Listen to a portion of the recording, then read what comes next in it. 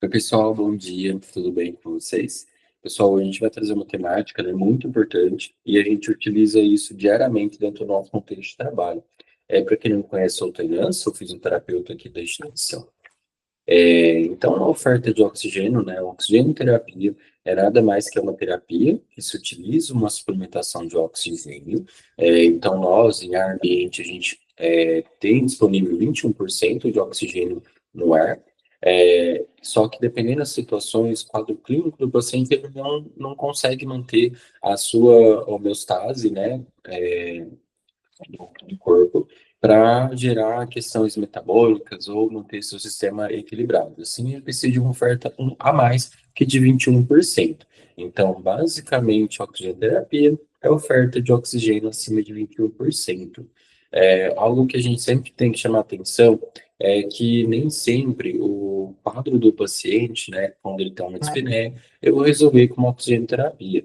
Então, a gente tem que ficar muito criterioso, visto que o paciente pode estar com crise de ansiedade, vai estar dispneico, e, né, provavelmente não é por falta de oxigênio, né, é falta de outras questões. O paciente também da POC é um paciente nesse condição, a gente considera uma saturação entre 88 a 92. Então, se o paciente estiver nessa faixa, né, frente também a gente tem que avaliar outros critérios, mas aí se o paciente tiver só saturação nessa faixa, sem outros sinais clínicos, então o paciente não precisa de oxigênio, visto que o paciente da POC, a oferta de oxigênio é acima do limiar necessário, eu posso ter um desarranjo, né, do equilíbrio ácido básico desse paciente, eu posso piorar o quadro dele.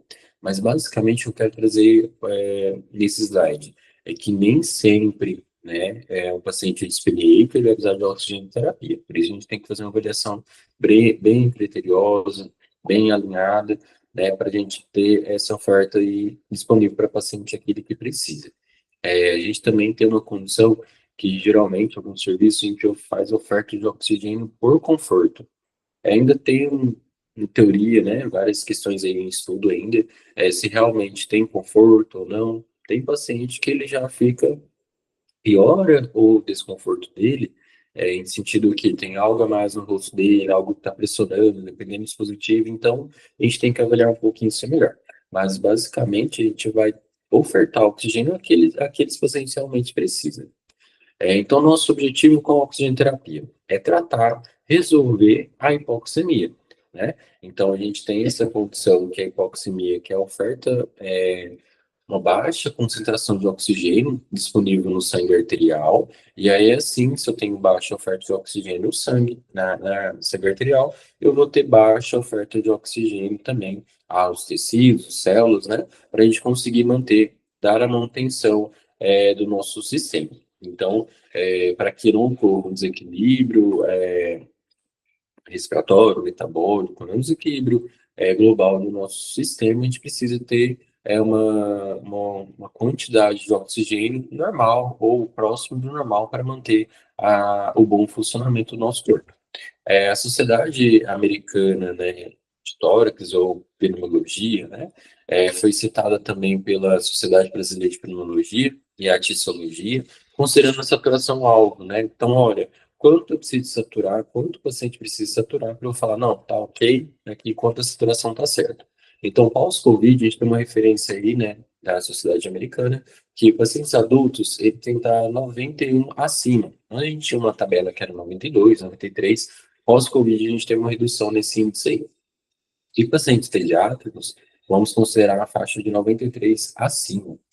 Paciente pediátrico, a gente tem uma ressalva, né, que ele se tiver inserido no processo do projeto Koala. O projeto Koala nada mais que a gente vai ter um objetivo, uma linha, né, em questão de, olha, a saturação ou tá uma saturação alvo baixa pode estar nisso, ou a alta pode estar nisso, que geralmente varia em torno de 91 a 94 de saturação. Então, o paciente pediátrico, dependendo do quadro, podemos considerar 92, 91 ainda também como ok. Tá? Aqui, um paciente DPLC, como eu falei anteriormente, um paciente DPLC saturando 88 a 92, também está satisfatório, né? Isso avaliando exclusivamente a saturação desse paciente. Aqui eu trouxe um pouquinho para a gente avaliar a hipoxemia, né, frente à gasometria. Então, a gente vai ter uma gasometria arterial, então o pH de uma gasometria normal é 7,35 a 7,45, o PCO2 normal é de 35 a 45, o O2 acima de 80, né, 80 a 90, 100 está dentro do limiar ok. O bicarbonato, né, tem literatura que traz de 22 a 26, ou 21 a 28, então o paciente ele precisa estar com a gasometria equilibrada. Então, se eu tiver na faixa de, vamos considerar 22 a 26, a gente pode considerar um pH, perdão, um bicarbonato satisfatório. Base excess é uma as bases extras, então eu tenho tanto bicarbonato circulante, mas eu tenho outras bases que circulam no nosso sistema, que a gente denomina como base excess. Então aqui a gente considera menos 2 A mais 2, ou tem literatura que traz menos 3 A mais 3. E aqui a saturação, que também a gente quer uma saturação que eu falei lá no slide anterior, considerando o paciente adulto acima de 91%.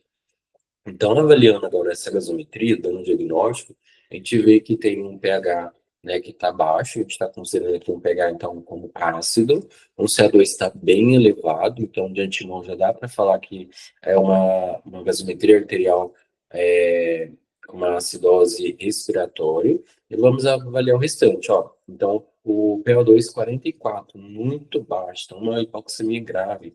O bicarbonato está dentro do limiar adequado. O Basexes ele está excretando, então, uma vez ele está retendo bases para equilibrar o CO2, ele está só eliminando. E a saturação 54 também, então, muito baixa. Então, a leitura diagnóstica dessa gasometria arterial, né? Mastose respiratória, hipoxêmica grave desequilibrada, tá? E agora a gente tem uma hiperoxemia, ou seja, ao contrário, tem uma grande quantidade de oxigênio circulante, que não é interessante também, visto que o O2 elevado eu posso acarretar uma série de condições, alterações clínicas, né, para esse paciente, que eu vou falar no finalzinho, tá bom? Então, aqui fazendo a leitura rápida, então a gente vai avaliar uma gasometria hiperoxêmica, então, o pH 7,37, perdão, 7,37, então está dentro do valor de normalidade. O CO2, 41, também está ok. O O2, 178,5, muito alto. E o bicarbonato, 24,4, também está dentro da normalidade. Base excess, menos 0,3. Então, esse paciente ele vai estar excretando, retendo um pouco mais. E aqui a saturação 99. Então, aqui a gente faz a leitura como uma gasometria arterial equilibrada, e aí a gente pode colocar que é uma hiperoxemia, tá bom?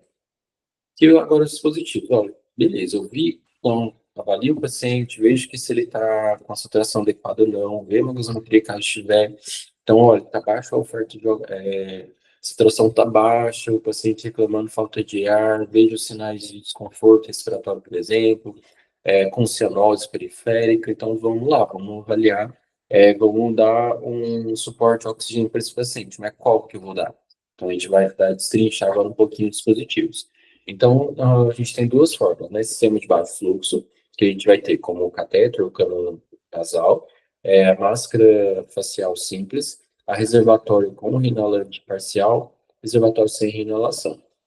Aqui a gente tem literatura que traz reservatório com alto fluxo, tem literatura que traz com baixo fluxo. A literatura mais fortemente denominada traz que o reservatório é baixo fluxo, isso que é uma grande oferta de oxigênio, o dispositivo que a gente dá muito oxigênio, só que ele não tem tanta rádio da periferia, que aí eu vou mostrar para vocês a diferença depois no ventrículo.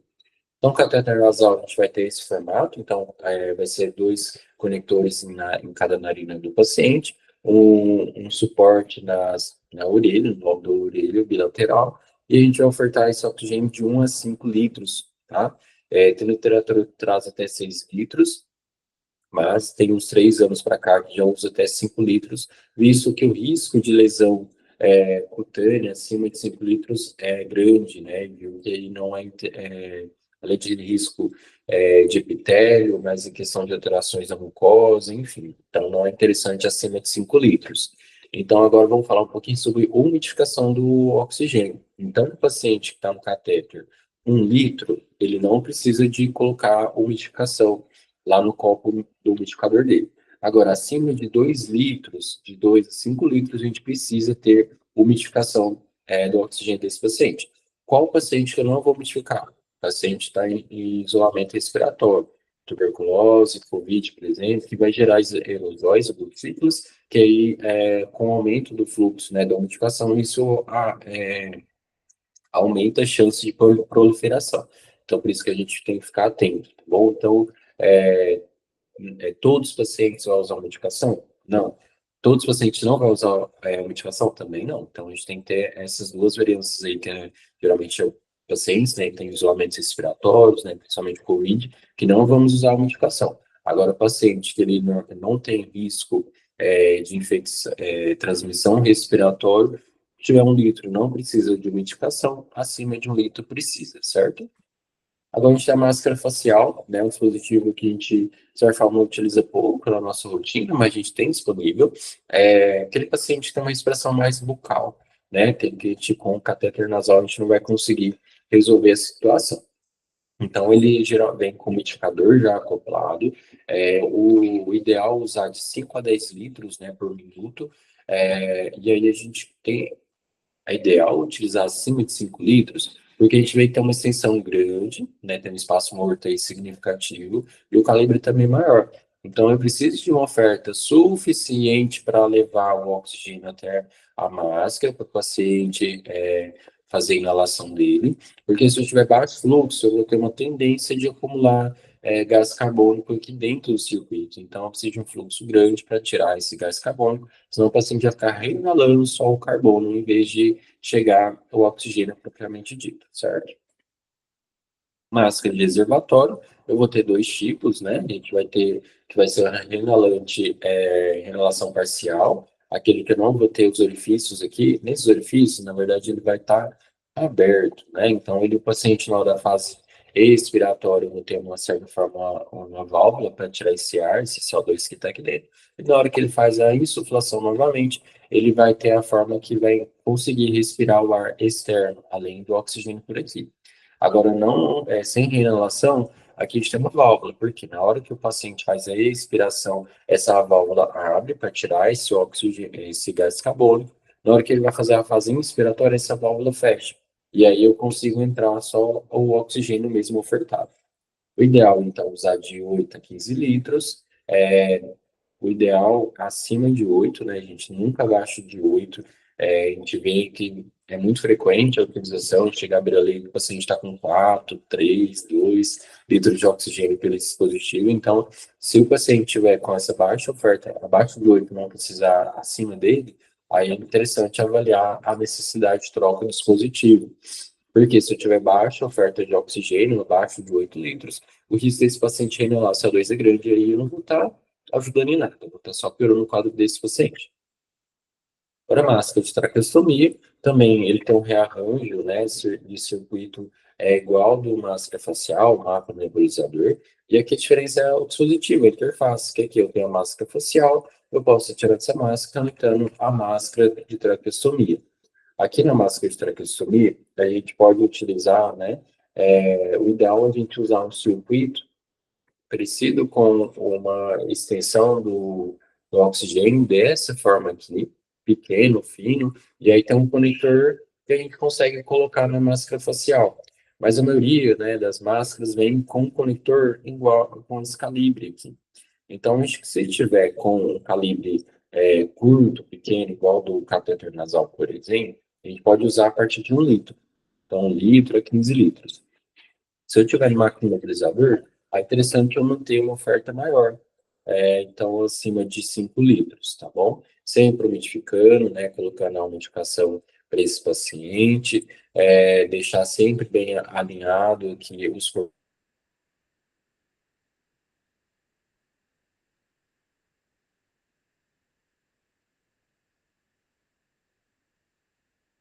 orgânicos, você não tem risco de lesar esse paciente, senão o paciente vai só reinalar CO2 e aí não tem, né? Vou estar prejudicando a clínica dele. Agora, é um sistema de alto fluxo.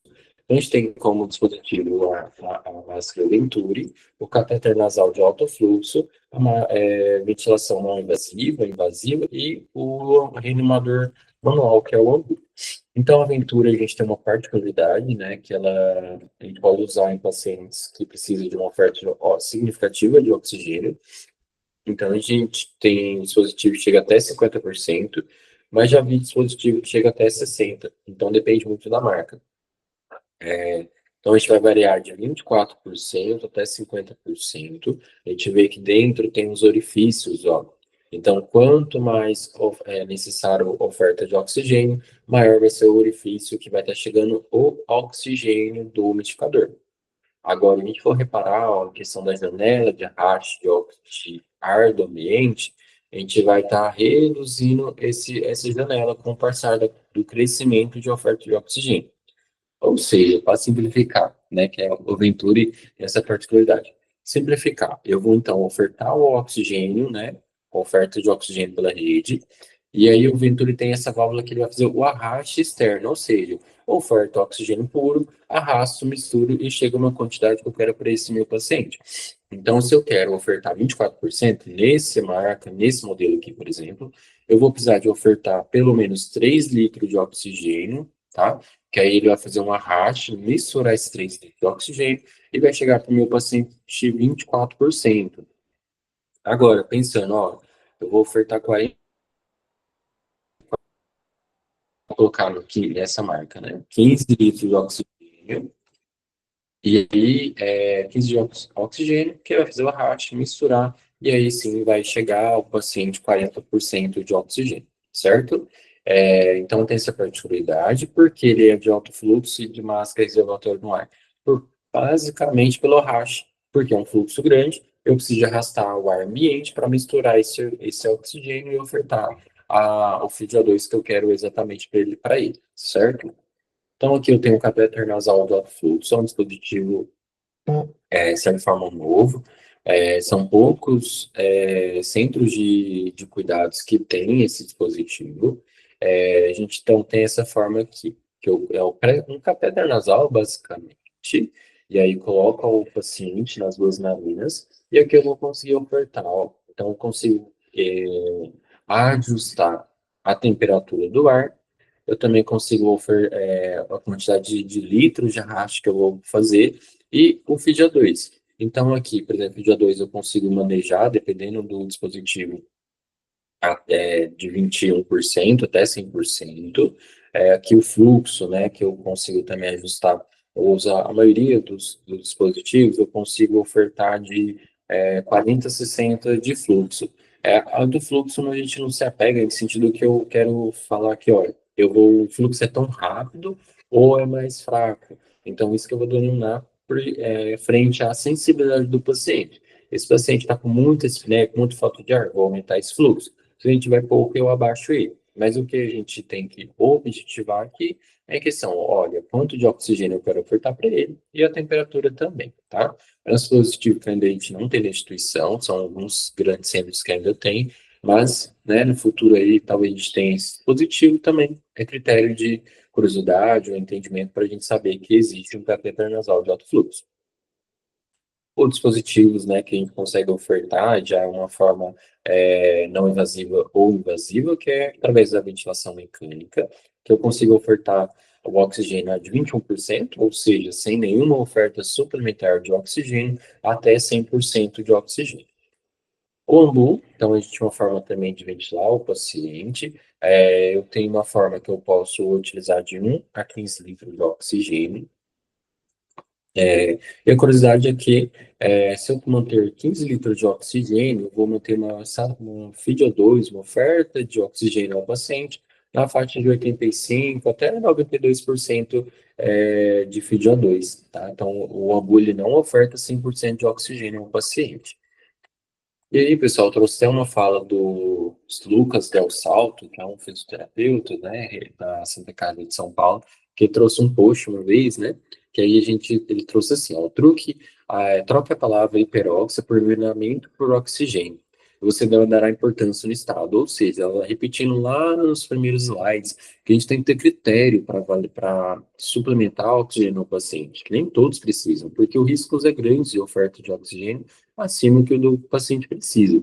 Então, os eventos adversos com oxigênio pode trazer ao paciente uma tetraplasia de absorção, né? Então, o pulmão pode fechar, por conta de muito oxigênio, ele pode fechar.